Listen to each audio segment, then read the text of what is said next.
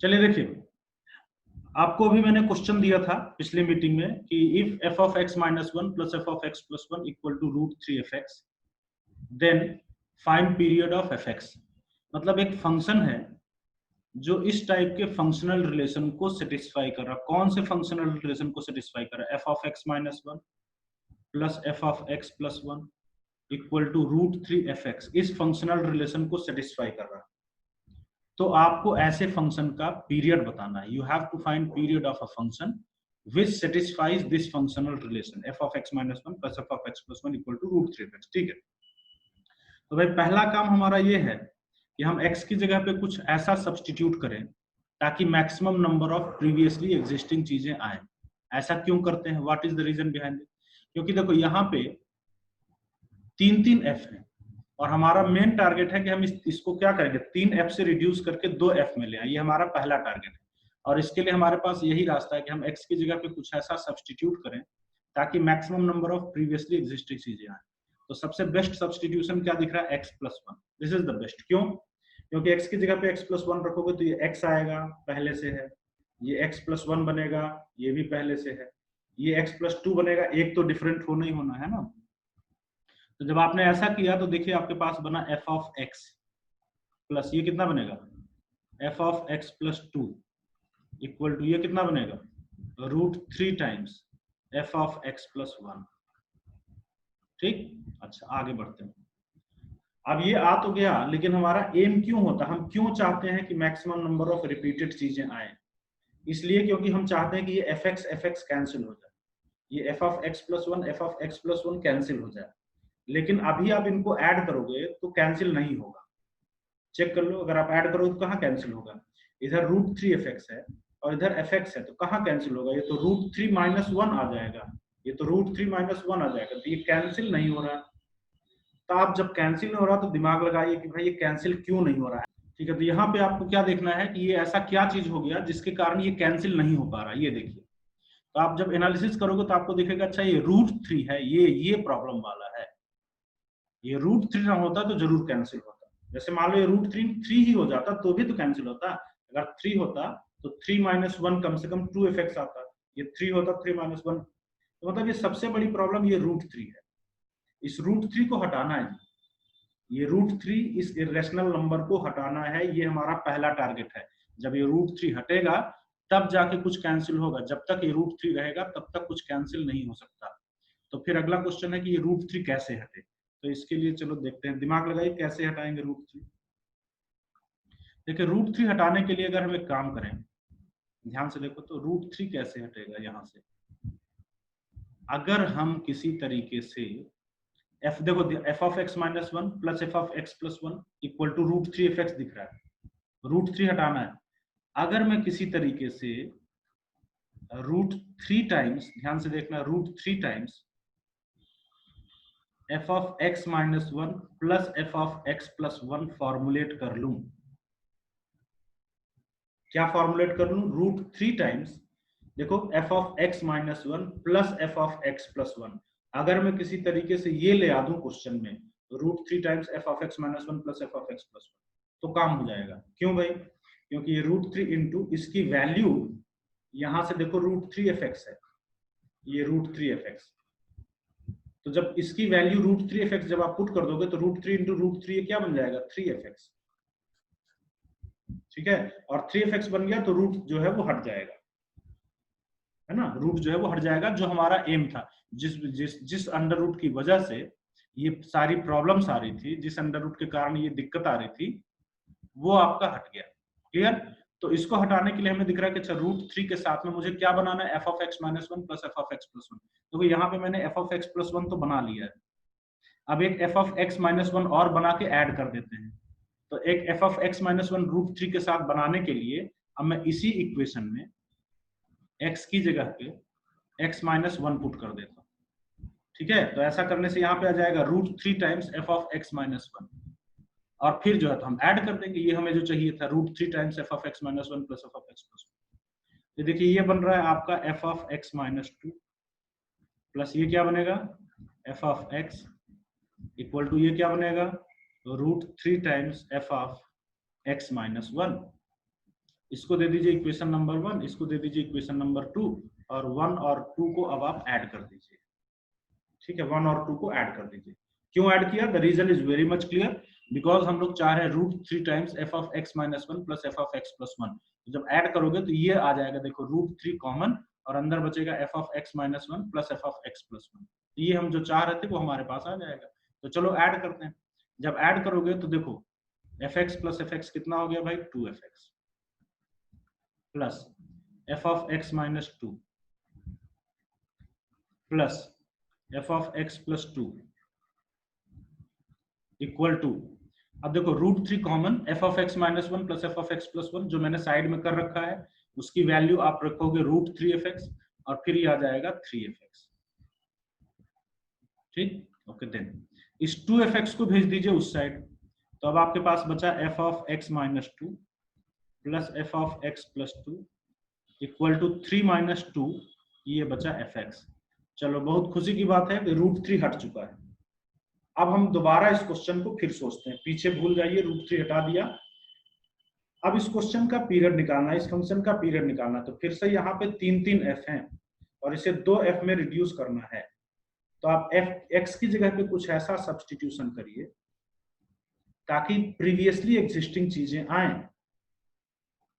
Best substitution है x plus 2। देखिए अगर x की जगह पे x प्लस 2 रखोगे तो ये x प्लस 2 में बदलेगा, ये x में बदलेगा, यही बेस्ट सब्स्टिट्यूशन। तो देखिए ये आपके पास आया f ऑफ x, ये क्या आएगा? f of x plus 4। ठीक है, ये कितना आएगा? f of x plus 2। ठीक, आप ऐसा क्यों करते हो? क्यों आप प्रीवियसली एग्जिस्टिंग चीजें लाते हो? क्योंकि हम चाहते हैं कि ये जो आया है ना ये कट जाए, ये कैंसिल हो जाए, f ऑफ x प्लस 2 इधर से और fx इधर से। तो इसके लिए इन दोनों को सिंपली ऐड कर दीजिए। तो जब इनको ऐड करोगे तो ये f of x plus 2 f of x plus 2 cancel, fx cancel, और आपके पास बचेगा f ऑफ x माइनस 2 प्लस f of x plus 4 equal to 0। Next page में लिख रहा हूं, क्या बचेगा? f of x minus 2 plus f of x plus 4 equal to 0। ठीक, ये बचा। जैसे ये बचा तो अब आप समझ जाए कि बस हो गया, अब तो काम हो गया ना। दो फंक्शन ऐड हो रहे हैं, 2f ऐड हो रहे हैं। 2f अगर ऐड हो रहे हैं तो आप सीधे इसका पीरियड निकाल सकते हो। क्या तरीका बताया? इन दोनों के बीच का गैप, इन दोनों के बीच का गैप है 6, 4 माइनस माइनस 2 6। तो इसलिए पीरियड ऑफ द फंक्शन होगा 6 का डबल 12। ठीक है, what will be the period of the function? That will be 12। ठीक है, कोई डाउट है तो मुझे फटाफट बताइए, नहीं तो जल्दी से नोट करिए। अगले क्वेश्चन पे आते हैं। मेन इंपॉर्टेंट पॉइंट मैं फिर से बता देता हूं, जब आपने ये सब्स्टिट्यूशन किया तो सबसे बड़ी प्रॉब्लम थी √3, इसकी वजह से कुछ कैंसिल नहीं हो रहा था। तो √3 को हटाने के लिए हमने इसी का यूज किया, हमने √3 के साथ ये बनाने की कोशिश की, और ऐसा करने से इसकी value F of x minus 1 plus f of x plus 1 की वैल्यू √3f(x) पुट करने से √3 हट जाता है, 3f(x) आ जाता है। तो हमने वही एक बार x की जगह पे x प्लस 1, एक बार x की जगह पे x माइनस 1 पुट करके ये बनाया, ऐड कर दिया, √3 हट गया, उसके बाद क्वेश्चन नॉर्मल सा क्वेश्चन हो गया।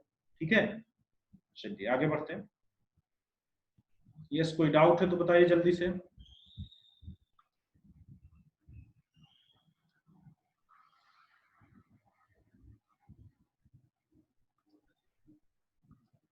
ओके, सो नेक्स्ट क्वेश्चन पे आते हैं। I am writing 2 questions for your homework. ठीक है, that is your homework. Simple question है, आई होप कि आप इनको बड़े आराम से कर सकते हो। यही फंक्शनल रिलेशन पे बेस्ड प्रॉब्लम्स मैं आपको दे रहा हूं। पहला, if f of 2x plus 7 plus f of 2x plus 3 equal to 2, then find period of fx। ठीक, इजी है। दूसरा एक और, if f of a plus x equal to, अब नीचे लिख रहा हूं थोड़ा बड़ा है, b प्लस ब्रैकेट में b cube plus 1 minus 3b square into F x plus 3b into F X का whole square minus F X का होल क्यूब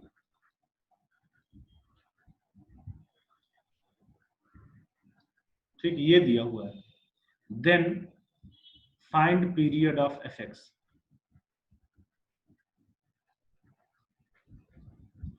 ठीक है, तो बहुत मुश्किल क्वेश्चन नहीं है। अगर आप मेरे बताए हुए रूल को फॉलो करते हो और क्वेश्चन को ढंग से ऑब्जर्व करके करते हो तो आप इस क्वेश्चन को बहुत इजीली कर सकते हो। ठीक है, so I am going to do the next question. अगला क्वेश्चन करते हैं। अगेन एक बहुत बढ़िया क्वेश्चन है, बहुत अच्छा क्वेश्चन है, आपको सीखने को इसमें कुछ मिलेगा। तो चलिए इस क्वेश्चन को किया जाए। ठीक है, ओके। क्वेश्चन है if fx is an odd function, fx is an odd function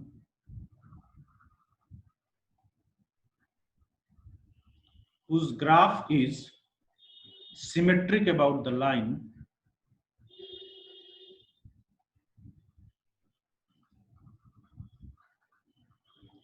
fx is an odd function whose graph is symmetric about the line x equal to 2,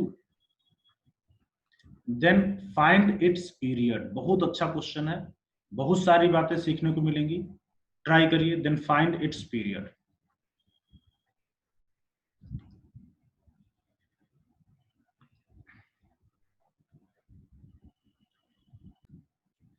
चलिए भाई करते हैं। काफी अच्छा क्वेश्चन है, one by one, point by point ध्यान से सुनिएगा, एक एक लाइन को यूज करिए। क्वेश्चन बोल रहा है if F x is an odd function.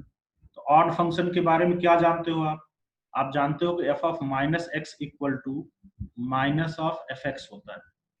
ठीक है, तो एफ एक्स एक ऑड फंक्शन है। आगे बोल रहा है whose graph is symmetric about the line x equal to 2।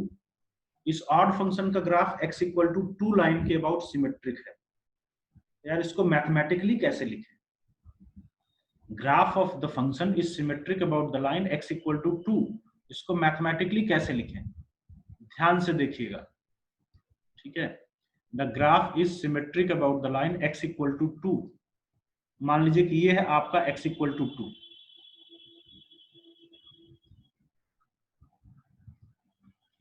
तो इस फंक्शन का जो ग्राफ है वो क्या है? Symmetric about the line x equal to 2। x equal to 2 के अबाउट सिमेट्रिक है, ये 2 है।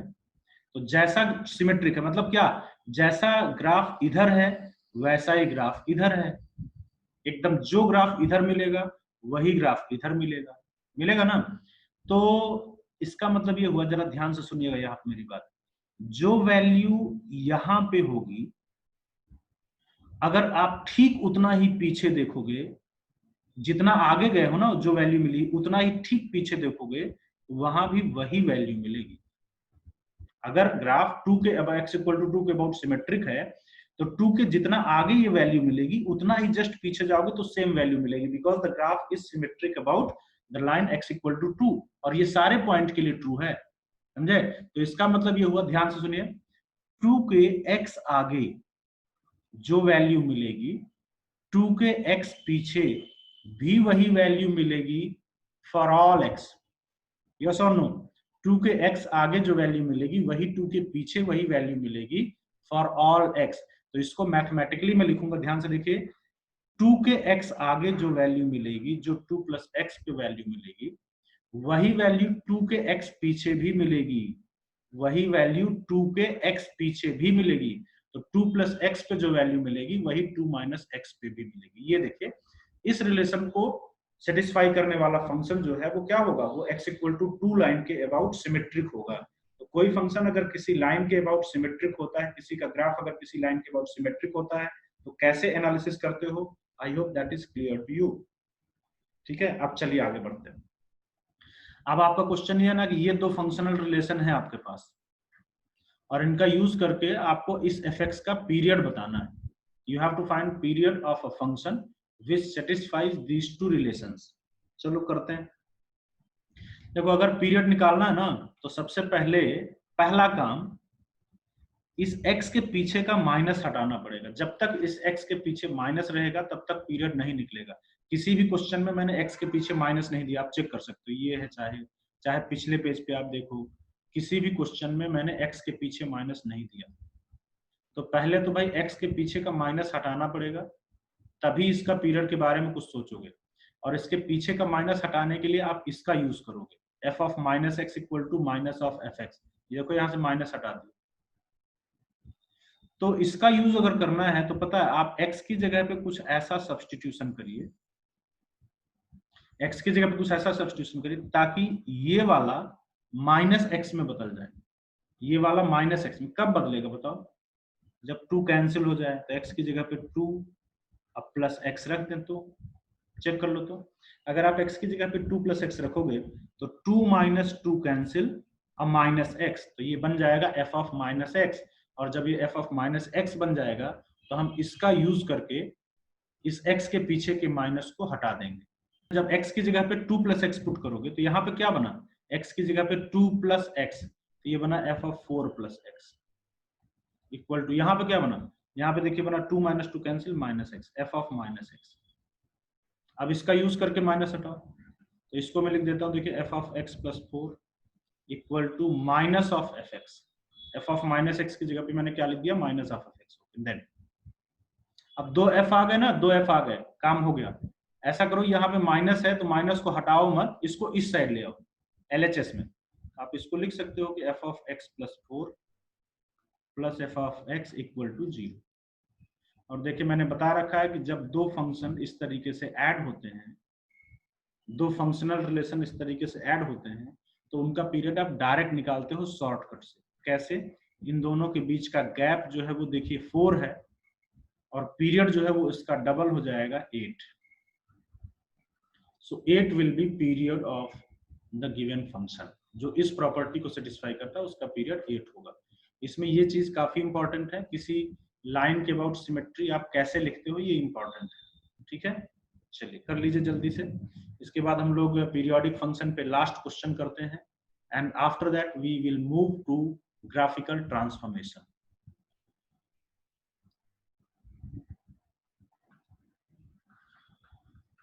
Again the last question is not the least, मतलब बहुत ही अच्छा क्वेश्चन है, काफी बातें इसमें भी सीखने को मिलेंगी और आसान नहीं है।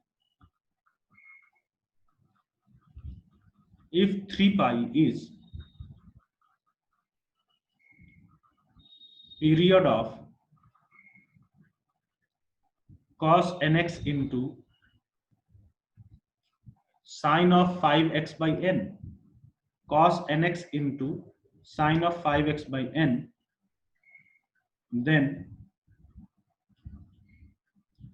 find all possible values of n।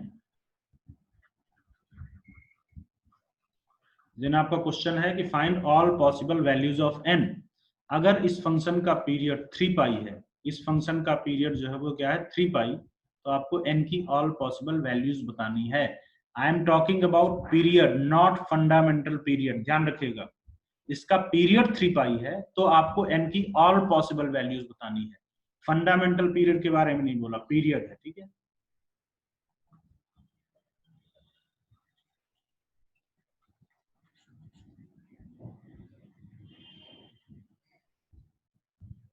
तो चलिए देखा जाए क्वेश्चन क्या है। क्वेश्चन ये है कि एफ एक्स मान लेते हैं, चलो इसको, कि ये फंक्शन जो है cos nx into sine 5x by n का पीरियड दिया 3 pi, not fundamental period again, तो आपको n की ऑल पॉसिबल वैल्यूज बतानी है। तो जब पीरियड 3 पाई है तो फिर पता है हम रूल से नहीं निकाल सकते, क्योंकि रूल लगाते हो तो एक ही पीरियड आता है, और उस एक पीरियड के भरोसे जो है तो काम नहीं चलना है। ठीक है, एक पीरियड आता है, जैसे मान लो कि आपका इसका, मान लीजिए कि अगर इसका पीरियड पाई आता है, तो फिर इसका मतलब पीरियड 2 पाई 3 पाई सब कुछ तो हो सकता है, तो बाकी फिर आप कैसे डिसाइड करोगे? तो ऐसे नहीं, देखो यहाँ पे एक मैं नई अप्रोच बताता हूँ। यहाँ पे इस फंक्शन का पीरियड दिया हुआ है, पीरियड 3 पाई है, और आपको n की वैल्यू बतानी है। तो देखो अगर कोई फंक्शन है जो t से पीरियोडिक है, तो वो इस रिलेशन को फॉलो करता है, f of x plus t is equal to f of x and this relation is true for all x belonging to real number। होता है कि नहीं होता? ये जो रिलेशन होता है ये सारे x के लिए ट्रू होता है। This relation is true for all x belonging to real number. तो क्यों ना मैं इसमें x इक्वल टू 0 पुट कर दूं, क्योंकि ये तो 0 के लिए भी ट्रू होगा। यस, आप बोलोगे कि भाई ये हो जाएगा f ऑफ t जो है वो f ऑफ 0 के इक्वल आएगा। f of t is equal to f of 0, ये भी ट्रू होगा। सिंस ये सारे x के लिए ट्रू है तो इसलिए ये f of t equal to f of 0 के लिए भी ट्रू होगा। और यहां से आप जो भी अननोन्स हैं उनकी वैल्यू निकाल सकते हो। जैसे फॉर दिस पर्टिकुलर क्वेश्चन दिया है कि 3 pi is period of this function, तो f of x plus 3 pi equal to F x. तो इसलिए जब इसमें x इक्वल टू 0 पुट करोगे तो क्या मिलेगा, f of 3 pi is equal to f of 0 मिलेगा ना। तो ये फंक्शन जो है, ये वाला फंक्शन, ये इस रिलेशन को सेटिस्फाई करेगा। तो हम लोग इससे n की वैल्यू निकाल सकते हैं।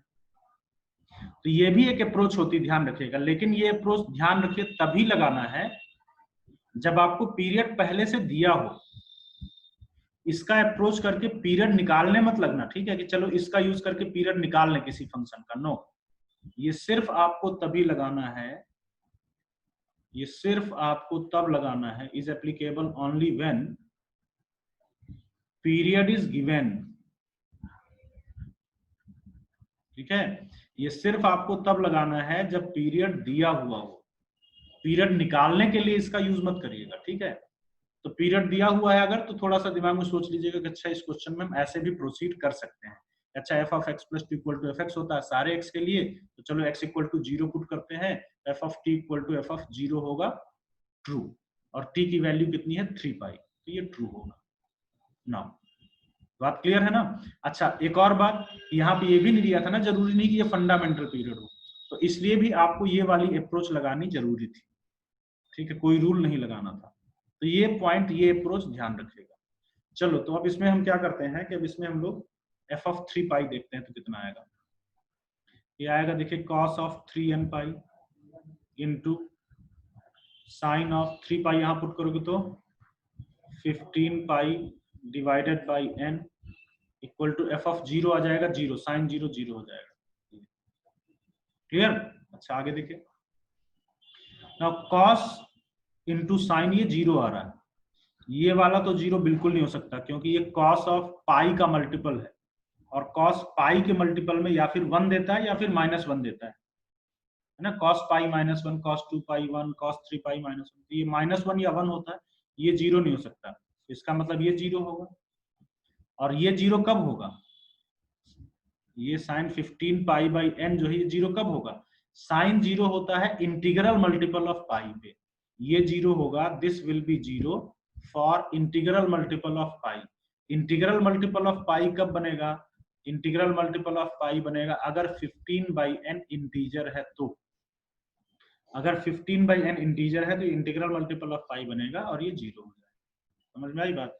अब क्वेश्चन ये है कि 15 बाई n इंटीजर कब बनेगा, तो इस इंटीजर की वैल्यू लिख लीजिए, +-1 तब भी इंटीजर बनेगा, और क्या +-3 तब भी इंटीजर बनेगा, +-5 तब भी इंटीजर बनेगा, और +-15 तब भी इंटीजर बनेगा। ठीक है, तो n की वैल्यू पूछी जा रही थी, n की वैल्यू निकाल लिया हम लोगों ने, क्या मिला, +-1, +-3, +-5, +-15। These are 8 values of n for which 3 pi will be period of this function. Again, I am not talking about fundamental period. ठीक है, तो ये अप्रोच याद रखेगा तब लगाते हैं जब पीरियड आपको पहले से दिया हो और ऐसी डाउटफुल सिचुएशन पैदा हो तो। ठीक है, आई होप कि कोई डाउट नहीं होना चाहिए। चलिए, तो यहां से हम लोगों का कायदे से फंक्शन बहुत कुछ कंप्लीट हो चुका है। अब हम स्टार्ट करेंगे ग्राफिकल ट्रांसफॉर्मेशन।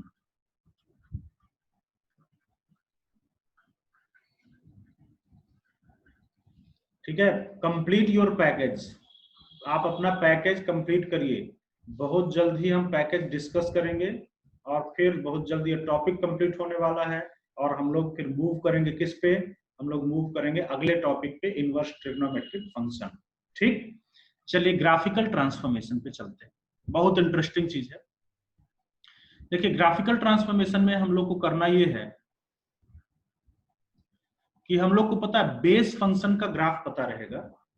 बेस फंक्शन का ग्राफ मैंने आपको बहुत सिखाया है, जैसे आपको मॉड का ग्राफ पता है, सारे ट्रिग्नोमेट्रिक फंक्शन का ग्राफ पता है, लॉग का पता है, एक्सपोनेंशियल का पता है, मोनोमियल का पता है, और बहुत सारे बेसिक फंक्शन का ग्राफ मैंने आपको बता रखा है। तो बेसिक कर्व का ग्राफ आपको पता है, और अगर उस बेसिक कर्व में थोड़ा बहुत चेंज कर दिया जाए तो उसका ग्राफ कैसे ट्रांसफॉर्म होगा, ग्राफ कैसे चेंज होगा, ये हम लोग को सीखना है। सो नाम क्लियर है, ग्राफिकल ट्रांसफॉर्मेशन बहुत इंटरेस्टिंग चीज है। ठीक है, कैसे ग्राफ ट्रांसफॉर्म होगा ये हम लोग को सीखना है। ठीक, तो हमारा पहला ट्रांसफॉर्मेशन है फर्स्ट ग्राफिकल ट्रांसफॉर्मेशन। नंबरिंग आप करते चलिएगा, ठीक है। पहला ग्राफिकल ट्रांसफॉर्मेशन है कि हम लोग y equal to F x के ग्राफ से, ये बेस कर्व है, y is equal to F of x plus a का ग्राफ ड्रॉ करने जा रहे हैं। We are going to draw the graph of y equal to f of x plus a from the graph of y equal to fx. Clear है क्या मैंने बोला? हम लोग y equal to F x के ग्राफ से y equal to F of x plus ए का graph draw करने जा रहे हैं। क्या चेंज लगाया है पहले ध्यान से देखिए। चेंज ये है कि जहां जहां पे x था ना, वहां पे x प्लस ए पुट कर दिया है। अगर आपने अपने बेसिक फंक्शन में x की जगह पे x प्लस ए पुट कर दिया तो उसका ग्राफ किस तरीके से चेंज होगा, नया ग्राफ किस तरीके से बनेगा, ये हम लोग सीखने जा रहे हैं। ठीक, चलिए तो बनाते हैं एक, हम लोग पहले रफली अपना बेस कर्व बनाते हैं। ठीक है, क्या बनाते हैं पहले? एक बेस कर्व। तो पहले एक बेस कर्व बनाते हैं।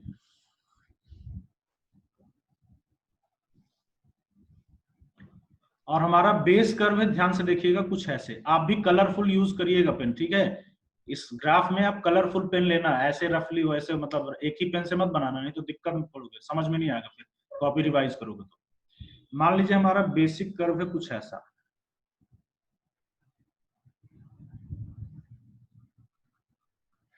ये हमारे बेस कर्व का ग्राफ है।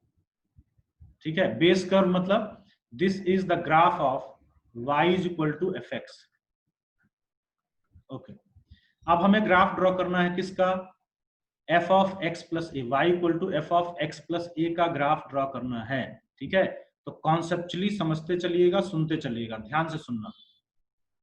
जो वैल्यू ये फंक्शन x इक्वल टू 0 पे दे रहा है, x इक्वल टू 0 पे क्या दे रहा है? f of 0।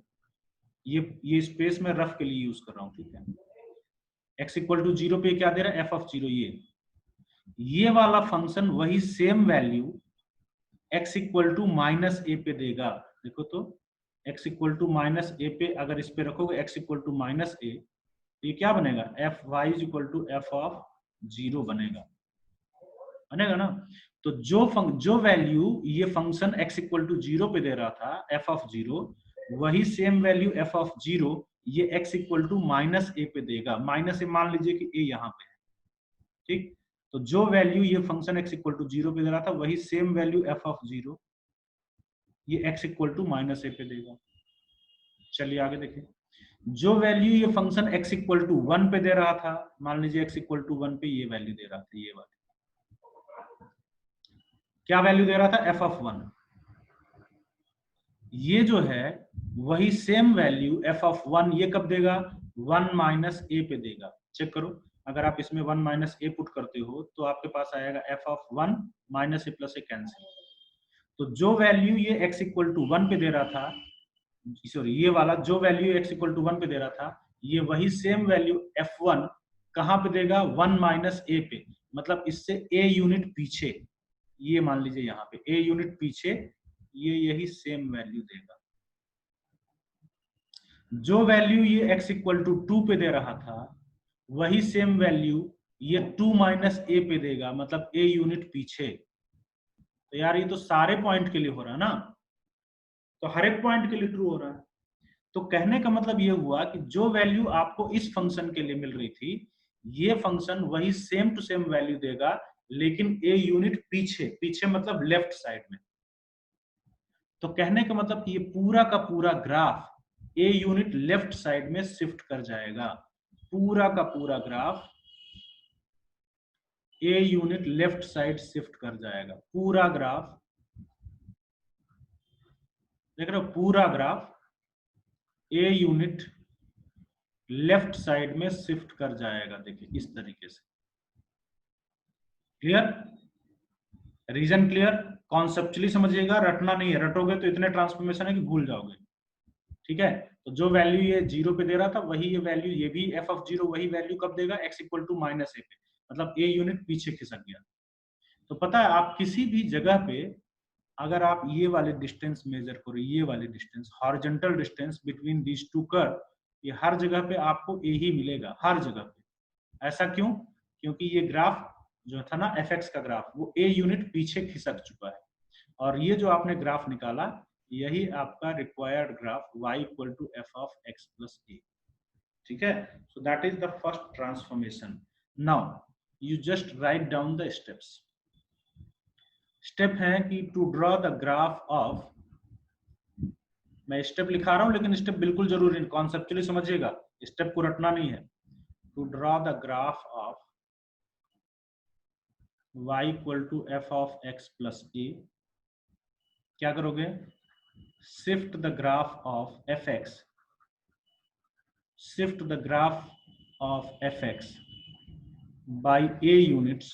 कितने यूनिट से शिफ्ट करना है इस एफ एक्स के ग्राफ को, ए यूनिट से। किधर शिफ्ट करना है, लेफ्ट साइड शिफ्ट करना है अगर ए पॉजिटिव है तो, लेकिन अगर ए निगेटिव होता तो आपको इस ग्राफ को a unit right side shift करना होता। समझे? तो यहाँ पे मैं क्या लिख रहा हूँ, to draw the graph of y equal to F of x plus a, shift the graph of x by a units in left, left कब, जब a ग्रेटर देन 0, और राइट, राइट कब, जब a लेस देन 0। ठीक है, shift the graph of F x by a units in left और right direction. ठीक है, तो ये मैंने आपको स्टेप लिखाया, fx का ग्राफ ड्रॉ करिए, और अगर यहाँ पे a पॉजिटिव है तो आप इस ग्राफ को a unit left side shift करिए, अगर ये यहाँ पे निगेटिव है तो इस ग्राफ को a unit right side shift करिए। अच्छा, पता है एक चीज और कि बड़ा कंफ्यूजन होता है लोगों को कई बार कि लेफ्ट राइट किधर किधर, है ना? तो अगर लेफ्ट राइट ये सब में कंफ्यूजन हो, एक ट्रिक बताता हूँ कि आप इसको चुपचाप ना 0 करके देखिए। ये जो x की जगह पे अगर आपने कुछ सब्स्टिट्यूट किया, x की जगह पे ध्यान रखिएगा, x की जगह पे आपने कुछ सब्स्टिट्यूशन किया, एकदम ये की पॉइंट है। तो जो भी सब्स्टिट्यूशन किया, मान लीजिए ये, इसको 0 करके देखिए। जब इसको 0 करके देखोगे तो जैसे यहाँ पे आपको मिला x equal to minus a, minus a का मतलब a यूनिट लेफ्ट साइड में। ठीक है, अगर मान लीजिए यहाँ x माइनस ए होता, इसको 0 करके देखते तो x इक्वल टू ए मिलता, तो प्लस ए मिला, इसका मतलब ये graph a unit right side shift होगा। तो लेफ्ट शिफ्ट होगा या राइट शिफ्ट होगा, आप इस ट्रिक से भी पता लगा सकते हो, बाकी मैं आपको क्वेश्चन में फिर दिखाऊंगा। ठीक है, यस, कोई डाउट है तो बताइए। ठीक है, तो इसके बाद जो है तो हम लोग नेक्स्ट क्लास में मिलते हैं। नेक्स्ट क्लास में आपका होमवर्क ये है कि आप पहले तो पूरा पैकेज कंप्लीट करिएगा, एंड वन मोर थिंग कि नेक्स्ट क्लास में आने के पहले ये जो मैंने पहला ट्रांसफॉर्म पढ़ाया हुआ है इसको थ्योरेटिकली पढ़ के आइएगा, क्योंकि हमें इस पे क्वेश्चंस करने हैं, और क्वेश्चन करने के बाद फिर अगले बाकी ट्रांसफॉर्मेशन की ओर मूव करना है। तो इस पे जो क्वेश्चंस होंगे, इस पे जो ग्राफ्स होंगे, वो मैं आपको नेक्स्ट क्लास में प्रैक्टिस कराऊंगा।